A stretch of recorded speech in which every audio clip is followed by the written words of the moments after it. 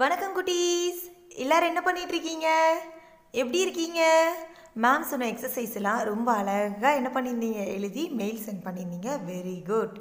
நம்ம இன்னைக்கு என்ன பண்ண போகிறோம் தெரியுமா? டேர்ம் ஒன் எக்ஸாமுக்கு ரீகால் பண்ண போகிறோம். ஆமாம், நம்மளுக்கு டேர்ம் ஒன் எக்ஸாம் இருக்குது நெக்ஸ்ட் வீக்கில்.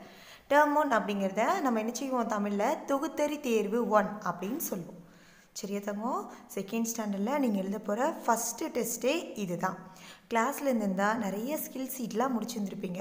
ஸ்கில் சீட் பண்ணல தான் மேம் உங்களுக்கு நிறைய எக்ஸசைஸ்லாம் என்ன செஞ்சேன் சொன்னேன் இல்லைம்மா. நிறைய எக்ஸசைஸ் நம்ம பண்ணி பழகினதுனால டேர்ம் ஒன் எக்ஸாம் உங்களுக்கு ரொம்ப ஈஸியாக தான் இருக்கும். சரியா? இப்போ டேர்ம் ஒன் எக்ஸாமுக்கு ரிவிஷன் பண்ணலாமா? ஓகே. கிளாஸ் ஒர்க் நோட்டும் தமிழ் புக்கும் கையிலேயே வச்சுருங்க. அப்படின்னா தான் மேம் சொல்கிறத அப்படியே ஃபாலோ பண்ண முடியும். ஓகேடா. எப்போவுமே நம்ம கொஸ்டின் பேப்பரில் ஃபஸ்ட்டு என்ன கேட்பாங்க அப்படின்னா டெர்மினாலஜி, வேர்ட்ஸ் கேட்பாங்க. ஆனால் இது ஆன்லைன் டெஸ்ட் அப்படிங்கிறதுனால மேமால் உங்களுக்கு வேர்ட்ஸை சொல்ல முடியாது. அதனால் ஃபஸ்ட் ரூம் லெட்டரில் டெர்மினாலஜி கிடையாது. அதுக்கு பதிலாக மீனிங்ஸ், செகண்ட் ஆப்போசிட், அப்புறம் சரியா தவறா ட்ரூ ஆர் ஃபால்ஸ், அப்புறம் ஃபில்லப்ஸ், அப்புறம் டிரான்ஸ்லேஷன் மொழிபெயர்ப்பு, இதெல்லாம் தான் என்ன செய்வாங்க கேட்டிருப்பாங்க. சரியா தங்கம்? இதெல்லாம் எங்கே இருக்குது, இதெல்லாம் நம்ம படித்தோமா அப்படின்னு யோசிக்கிறீங்களா? இது எல்லாமே நம்ம கிளாஸ் ஒர்க் நோட்டில் ஏற்கனவே எழுதியிருக்கோம். இப்போ நீங்கள் உங்களோட கிளாஸ் ஒர்க் நோட்டை ஓப்பன் பண்ணுங்கள். கிளாஸ் ஒர்க் நோட்டை ஓப்பன் பண்ணதும் எழுத்துக்கள், வாய்ப்பாடு, தமிழ் எழுத்துக்கள் எல்லாமே இருக்காமா? அது எல்லாமே என்ன பண்ணணும், படிக்கணும்.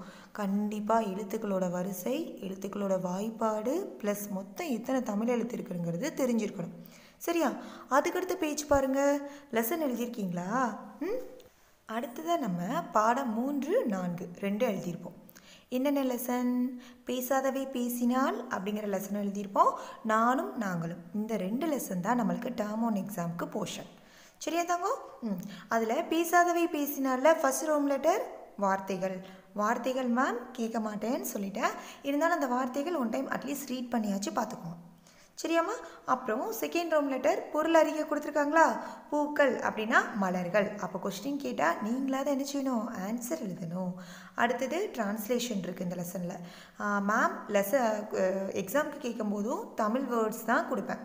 நீங்கள் அதை எதை ட்ரான்ஸ்லேட் பண்ணால் போதும், இங்கிலீஷாக ட்ரான்ஸ்லேட் பண்ணால் போதும். இல்லை சப்போஸ் என்ன பண்ணுவாங்கன்னா மேட்ச் ஷீட்டாக கொடுப்பாங்க. தமிழ் வேர்ட்ஸும் கொடுத்துருப்பாங்க, இங்கிலீஷ் வேர்ட்ஸாக மாற்றி மாற்றி கொடுத்துருப்பாங்க. நீங்கள் எது கரெக்டான ட்ரான்ஸ்லேஷன் மேட்ச் ஷீட் பண்ணால் போதும். சரியா? அடுத்தது வினா விடை, கொஸ்டின் ஆன்சர். எல்லா லெசன் 2 லெசன்லேயுமே மேம் ஒவ்வொரு கொஸ்டின் ஆன்சர் தான் எழுதி போட்டிருப்பேன். அதனால் 2 லெசனில் இருக்கிற கொஸ்டினுமே ரொம்ப இம்பார்ட்டன்ட்.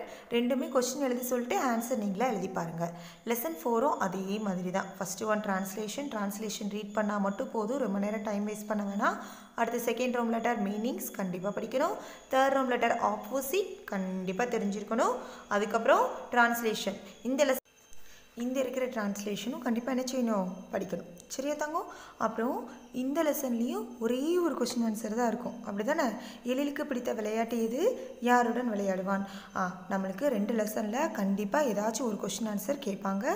அதனால் 2 லெசனில் இருக்கிற கொஸ்டின் ஆன்சரை என்ன செய்யணும், கண்டிப்பாக படித்து எழுதி பார்க்கணும். அடுத்தது நம்ம கிளாஸ் ஒர்க் நோட்டில் என்ன எழுதியிருப்போம், ஆத்திச்சூடி எழுதியிருப்போம்.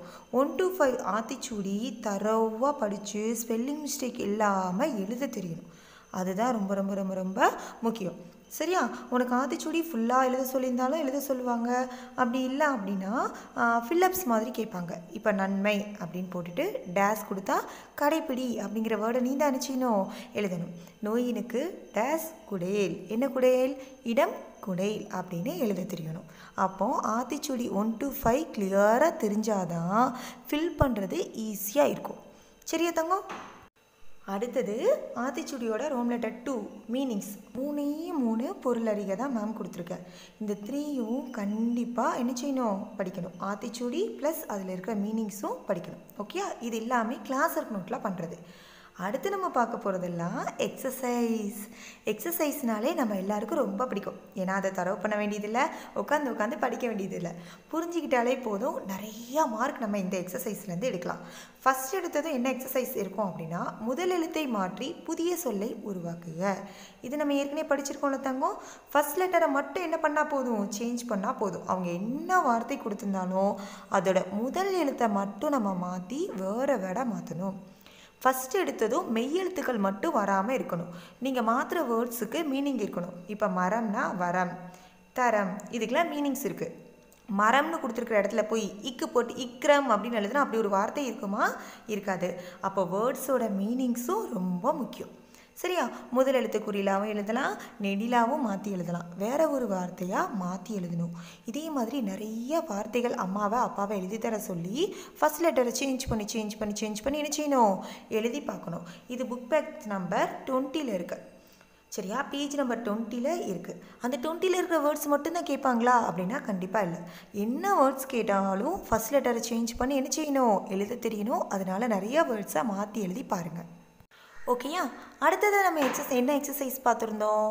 ஒத்த ஓசையில் முடியும் சொற்களை வட்டமிடுக. சேம் சவுண்டில் எண்டாகிற வேர்ட்ஸை மட்டும் என்ன பண்ணணும்? சர்க்கிள் பண்ணணும். நம்ம இந்த எக்ஸசைஸ் பண்ணோம், ஞாபகம் இருக்கா? இதெல்லாம் சேம் சவுண்டில் எண்டாகிறோம், அதை மட்டும் என்ன பண்ணோம்? சர்க்கிள் பண்ணோமா? புக்கில் இருந்ததாமா இந்த மாதிரி படங்கள், ஊஞ்சல், கால்கள், மரங்கள், லாஸ்ட் லெட்டர் எல்லாம் சேமாக முடிகிறத மட்டும் நம்ம என்ன பண்ணியிருந்தோம்? சர்க்கிள் பண்ணியிருந்தோம். இது புக்கில் எந்த பேஜ் நம்பர் ஞாபகம் இருக்கா? பேஜ் நம்பர் 34, பக்கம் எண் 34 மொதல் 2 எக்ஸசைஸ் இது இருக்கும். இதே மாதிரி வேறு வேர்ட்ஸ் கேட்டாலும் நம்ம என்ன பண்ணணும்? சர்க்கிள் பண்ணணும். அடுத்தது ஆத்திச்சூடியை சரியான சொற்களால் நிறைவு செய்ய. ஆத்திச்சூடி ஏற்கனவே நான் சொன்னேன்லம்மா, ஆத்திச்சூடி என்ன செய்வாங்க? ஃபில்லப்ஸாக கூட என்ன செய்யலாம்? கேட்கலாம் அப்படின்னு சொல்லியிருந்தேன்னா மேம் ஏற்கனவே சொன்ன மாதிரி தான் ஆத்திச்சூடியை மிஸ்ஸிங் வேர்ட்ஸை கேட்பாங்க. சரியா? ஏதாச்சும் ஒரு வரியில் ஏதாச்சும் ஒரு வார்த்தையை மட்டும் எழுதியிருப்பாங்க, சில வார்த்தைகளை எழுதியிருக்க மாட்டாங்க. அப்போ அந்த வார்த்தைகள் எல்லாத்தையும் நீங்கள் என்ன செய்யணும்? கரெக்டாக எழுதணும். சரியா? நூல் டேஸ் டேஸ் அப்படின்னு என்ன செய்யணும்? நூல் பல கல் அப்படின்னு என்ன செய்யணும்? எழுத தெரியணும். திரும்ப ஆத்திச்சூடி நல்லா படி. ஃபஸ்ட்டு 5 லைன்ஸும் பார்க்காம எழுத தெரியணும். ப்ளஸ் மீனிங்ஸ் படிச்சிருக்கணும். சரியா தங்கம்? ஓகே. அடுத்தது என்ன எக்ஸசைஸ் அப்படின்னா, விடுபட்ட வாய்ப்பாட்டை பூர்த்தி செய்ய. அப்படின்னா எங்கெல்லாம் மிஸ் ஆகிருக்கோ அந்த டேபிள்ஸ் எல்லாம் ஃபில் பண்ணுங்க அப்படின்னு அர்த்தம். இந்த எக்ஸசைஸ் மேம் ஏற்கனவே உங்களுக்கு நிறைய கொடுத்துருக்கேன். நம்ம கிளாஸ் ஒர்க் நோட்டில் இருக்கிற 12 வாய்ப்பாடுமே ரொம்ப இம்பார்ட்டண்ட். அந்த 12 வாய்ப்பாட்டிலேருந்து எப்படி வேணாலும் அவங்க கொஸ்டின் கேட்கலாம். ஃபார் எக்ஸாம்பிள் இமேஜ் பாருங்கள். இரு கூட்டல் ஆ, இரோட ஆ சேர்ந்தா என்ன வரும்னு ஆன்சர் கேட்கலாம். இல்லை இக்கு கூட்டல் டேஸ் கூ, இக்கோட எந்த வாய்ப்பாடு சேர்ந்தா கூ வரும் அப்படின்னு கேட்கலாம். இல்லை இட்டு கூட்டல் ஆ ரெண்டும் சேர்ந்தா என்ன வரும்? இல்லை மெய்யெழுத்தை மட்டும் கேப் விட்டுட்டு எந்த மெய்யெழுத்தோட ஓ சேர்ந்தா யோ வரும் அப்படின்னு கேட்கலாம். சரியா? அப்போது மெய்யெழுத்துக்களும் மிஸ்ஸிங்காக இருக்கலாம், வாய்ப்பாடும் நம்மக்கிட்ட மிஸ்ஸிங்கில் கேட்கலாம். இல்லை உயிரெழுத்து மெய்யெழுத்து ரெண்டும் கொடுத்து உயிர்மெய் எழுத்து என்ன வரும் அப்படின்னும் நம்மக்கிட்ட கேட்கலாம். எப்படி கேட்டாலும் வாய்ப்பாடு கண்டிப்பாக என்ன செய்யணும்? எழுத தெரியணும். இதில் மார்க்கை நம்ம மிஸ் பண்ணவே கூடாது. ரொம்ப சிம்பிளான எக்ஸசைஸ் இது. நம்மளுக்கு எல்லாருக்குமே வாய்ப்பாடு தெரியும். மேம் ஏற்கனவே வாய்ப்பாடில் சொல்லியிருக்கேன். ஆ வாய்ப்பாடுனா புள்ளி எடுத்துகிட்டு எழுதணும், ஆ வாய்ப்பாடுனா துணை எழுத்து சேர்த்து எழுதணும். இந்த மாதிரி நிறைய ஷார்ட்கட் சொன்னேன்னா. ஏ வாய்ப்பாடுனா ஒற்றை கொம்பு, ஏ வாய்ப்பாடுனா இரட்டை கொம்பெல்லாம் சொன்னோம்ல தங்கம். அந்த ஷார்ட்கட்டை ஞாபகம் வச்சுக்கிட்டிங்கனாலே இந்த வாய்ப்பாட்டை ஈஸியாக ஃபில் பண்ணி ஃபுல் மார்க் வாங்கிடலாம். ஓகேயா? அடுத்தது நிரப்புகனா என்னென்னா ஃபில்லிங் த பிளாங்க்ஸ். பார்த்துருக்கீங்களா? இவிஎஸில் இங்கிலீஷ்லலாம் படிச்சிருப்பீங்கள்ல, ஒரு சென்டென்ஸ் கொடுத்து அதோட ஆன்சர் கேட்பாங்க. இது எதுலேருந்து வரும் அப்படின்னா, நம்மளுக்கு பாடல் ஆசிரியர் சொல்லியிருந்தேன்னா பாட்டை எழுதினவங்க யாருன்னு கேட்கலாம். இல்லை ஆத்திச்சூடியை எழுதினது யார் அப்படின்னு கேட்பாங்க. அப்படி இல்லைன்னா மொத்த உயிர் எழுத்துக்கள் எத்தனை, இக்கு கூட்டல் ஊ என்ன வரும், மெய் எழுத்துக்களில் எத்தனை வகைகள் இருக்குது, ஆயுத எழுத்து மொத்தம் எத்தனை இருக்குது, அந்த மாதிரி என்ன செய்வாங்க? கேட்பாங்க. சரியா? இது எல்லாமே காமனாக லெட்டர்ஸை மட்டும் வச்சு என்ன செய்வாங்க? ஃபில்லப்ஸ் கேட்பாங்க. அதனால தான் திரும்பவும் சொல்கிறேன், தமிழ் எழுத்துக்கள் எல்லாமே நம்மளுக்கு தரோவாக தெரியணும். உயிரெழுத்துக்கள் குறிலுக்கு அப்புறம் என்ன வரும், மொத்தம் எத்தனை குறில் எழுத்து இருக்குது, எத்தனை நெடில் எழுத்து இருக்குது, மெய் எழுத்துக்கள் எத்தனை வகைகள் இருக்குது, வல்லினம்னா என்னது, மெல்லினம்னா என்னது, இடையினம்னா என்னென்ன எழுத்துக்கள் வரும், உயிர்மெய் எழுத்துக்கள்னால் என்னது, அப்புறம் ஆயுத எழுத்து ஒன்று, அந்த ஆயுத எழுத்துக்கு வேறு என்னென்ன பேரெல்லாம் இருக்குது, மொத்த தமிழ் எழுத்துக்கள் எத்தனை, இந்த மாதிரி ஒவ்வொன்றும் என்ன செய்யணும்? நம்ம கவனித்து ஆன்சர் பண்ணணும். மேம் சொல்லும் போது தான் பெருசாக தெரியும், ஆனால் எக்ஸாம் எழுதும்போது ரொம்ப ஈஸியாக தான் இருக்கும். ஏன்னா என் தங்க குட்டிங்களுக்கு எல்லா எழுத்துக்களுமே தெரியும். அப்படி தானே தங்கம்? ஓகே. இப்போ அடுத்த எக்ஸசைஸ் பார்க்கலாமா? அடுத்தது ஒருமை பன்மை. ஒருமை வார்த்தைகள் கொடுத்து அதுக்கு ஏற்ற பன்மையாக மாற்ற சொல்லுவாங்க. Singular plural. இல்லை நம்ம 3 டைப்ஸ் படிச்சிருக்கோம். ஃபஸ்ட்டு ஒன் கல் மட்டும் ஆட் பண்ணுறது. அடுத்தது நெடில் எழுத்துக்கள் இருந்தால் அதோட ஃப்ரெண்டு இக்கு போட்டு கல் ஆட் பண்ணுறது. தென் லாஸ்ட் ஒன் வார்த்தையோட முடிவில் இம் இருந்தால் அந்த இம்மை எடுத்துகிட்டு இங்கா மாற்றி கல் ஆட் பண்ணுறது. இது எல்லாமே பேஜ் நம்பர் 35 இருக்குது. சரியா தங்கம்? இது மட்டும் இல்லாமல் நிறைய வேர்ட்ஸை பேரண்ட்ஸ் எழுதி கொடுத்து அதை பன்மையாக அழகாக மாற்றி நிறைய பேர் மெயில் சென்ட் பண்ணியிருந்தீங்க. உங்களோட நேம் கூட மேம் நோட் பண்ணி வச்சுருந்தேன். சரியா தங்கம்? அவங்க எல்லோரும் வெரி கிரேட், சூப்பர். அதே மாதிரி எல்லாருமே என்ன பண்ணணும், பேரண்ட்ஸ்கிட்ட நிறைய வார்த்தைகள் எழுதி வாங்கிக்கோங்க. ஒருமையாக சிங்குலராக எழுதி வாங்கிட்டு அதை ப்ளூரலாக பன்மையாக எப்படிலாம் மாற்றலான்னு யோசிச்சு என்ன செய்யணும், எழுதணும். 3 டைப்புமே கண்டிப்பாக எழுத தெரிஞ்சிருக்கணும். ஓகே தங்கம்? ஓகே, அடுத்த எக்ஸசைஸ் போகலாமா? அடுத்த எக்ஸசைஸ் நம்ம எல்லாருக்கும் ரொம்ப பிடிச்சது. பண்ணும்போது இந்த எக்ஸசைஸ் எப்படி ஆவப்படுத்துறது, இப்போ மேம் ஒன்றுக்கு சொல்கிறேன். மேகம், நட்சத்திரம், சூரியன், இது 3 எங்கே இருக்கும், எந்த இடத்துல இருக்கும் இந்த 3 பொருளும்? வானம். இதே மாதிரி தான் நம்ம புக்கில் பேஜ் நம்பர் 40ல் ஒரு 6 ஃப்ளவர்ஸ் வச்சு இது பண்ணோமா? பறவை, மேகம், வானவில் அப்படின்னு கொடுத்துருந்தாங்க அவங்க, அப்படி தானே? அதே மாதிரி பள்ளிக்கூடத்தில் யாரெல்லாம் இருப்பாங்க அப்படி கேட்டிருந்தாங்களா? காட்டில் என்னெல்லாம் இருக்கும்? அடுப்பு, மின்விசிறி, போர்வையெல்லாம் எங்கே இருக்கும்? இந்த ஃப்ளவர்ஸில் இருக்க வார்த்தைகள் மட்டும்தான் நம்மளுக்கு எக்ஸாம் கேட்பாங்களா? இல்லை.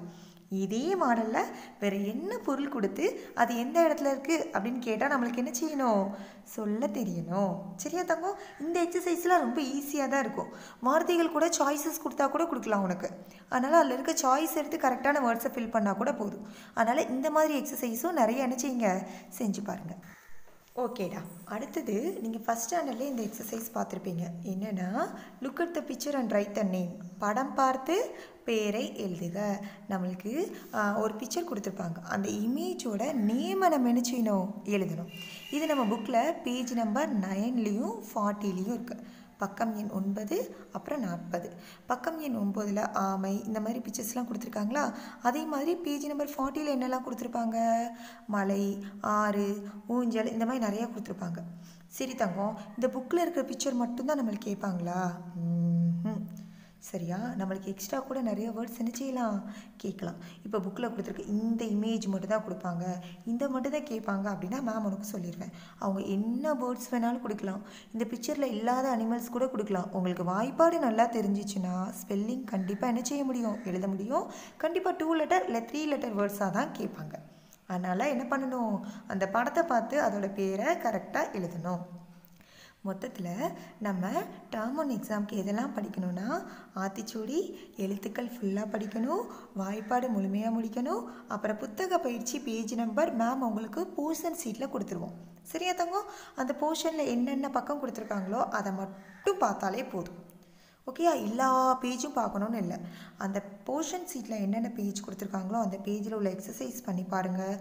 கிளாஸ் ஒர்க் நோட்டில் கொடுத்துருக்குற பாடங்கள் எல்லாமே படிக்கணும். ப்ளஸ் பாடல்கள் இது வரைக்கும் நம்ம என்னென்ன ரைம்ஸ் படித்தோமோ அந்த ரைம்ஸில் இருக்கிற மேட்ச் ஷீட் இருந்துச்சுன்னா மேட்ச் ஷீட் கண்டிப்பாக கேட்பாங்க. ஓகே தங்கம்? ஆனால் டேர்ம் 1 எக்ஸாமுக்கு எந்த ரைம்ஸ் கிடையாதுன்னா, நம்ம லாஸ்ட்டாக படித்த இறகு ரைம்ஸ் கிடையாது. அது நம்மளுக்கு பாடல் மட்டும்தான். புக் பேக் கேட்க மாட்டாங்க. இறகு தவிர மற்ற ரைம்ஸில் உள்ள புக் பேக்கை பார்த்துக்கோங்க. இன்னொன்று, டிரான்ஸ்லேஷன் கிளாஸ் ஒர்க்கில் இருக்கிற டிரான்ஸ்லேஷன் மட்டும்தான் கேட்பாங்களா அப்படின்னா இல்லை. நம்மளுக்கு பேஜ் நம்பர் 56ல் நம்ம நிறைய படித்தோமா தங்கம்? பேஜ் நம்பர் 56 எடுத்துக்கோங்க. அதில் நம்ம நிறைய படித்தோமா?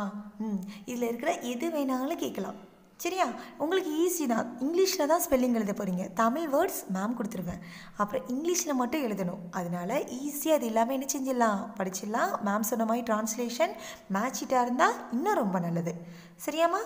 ஓகே, இதுதான் உங்களோட மொத்த போர்ஷன். ஈஸியாக தானே இருக்குது தமிழ் எக்ஸாம்? ஓகே, இவ்வளோ நேரம் டேர்ம் 1 எக்ஸாமுக்கு எதெல்லாம் படிக்கணும், எப்படிலாம் படிக்கணும்னு பார்த்தோம். இப்போ டேர்ம் 1 எக்ஸாம் எப்படி எழுத ஆரம்பிக்கணுங்கிறது ரொம்ப முக்கியம். சரியா தங்கம்? நீங்கள் டெஸ்ட் நோட்டில் தான் டெஸ்ட் எழுத போகிறீங்க. மறக்காமல் உங்கள் டெஸ்ட் நோட்டில் உங்களோட name, roll number, term one Tamil எக்ஸாம்னா தமிழ் எக்ஸாம், இங்கிலீஷ் எக்ஸாம்னா இங்கிலீஷ் எக்ஸாம், என்ன சப்ஜெக்ட்டோ அந்த சப்ஜெக்ட் கண்டிப்பாக போடணும். சரியா? ஒரு எக்ஸாம் எழுதி முடிச்சுட்டு டெஸ்ட் நோட்டில் கொஞ்சம் ஆஃப் பேஜ் இருந்துச்சு அப்படின்னா அடுத்த எக்ஸாம் அதில் என்ன பண்ணக்கூடாது, கண்டினியூ பண்ணக்கூடாது. அதில் பிளேஸ் இருந்தால் அந்த பிளேஸை அப்படியே எம்டியாக விட்டுட்டு நெக்ஸ்ட்டு ஃப்ரெஷ் பேஜில் தான் என்ன செய்யணும், அடுத்த எக்ஸாம் ஸ்டார்ட் பண்ணணும். இது எல்லா சப்ஜெக்ட்டுமே இப்படி தான். சரியா தங்கம்? நீங்கள் மெயில் அனுப்பும்போது மறக்காமல் டேர்ம் ஒன் தமிழ் அப்படிங்கிறத சப்ஜெக்டை மறக்காமல் என்ன பண்ணணும், மென்ஷன் பண்ணணும். அப்படின்னா தான் மேம் உங்களோட பேப்பரை ஈஸியாக கண்டுபிடிச்சி கரெக்ஷன் பண்ண ஈஸியாக இருக்கும்.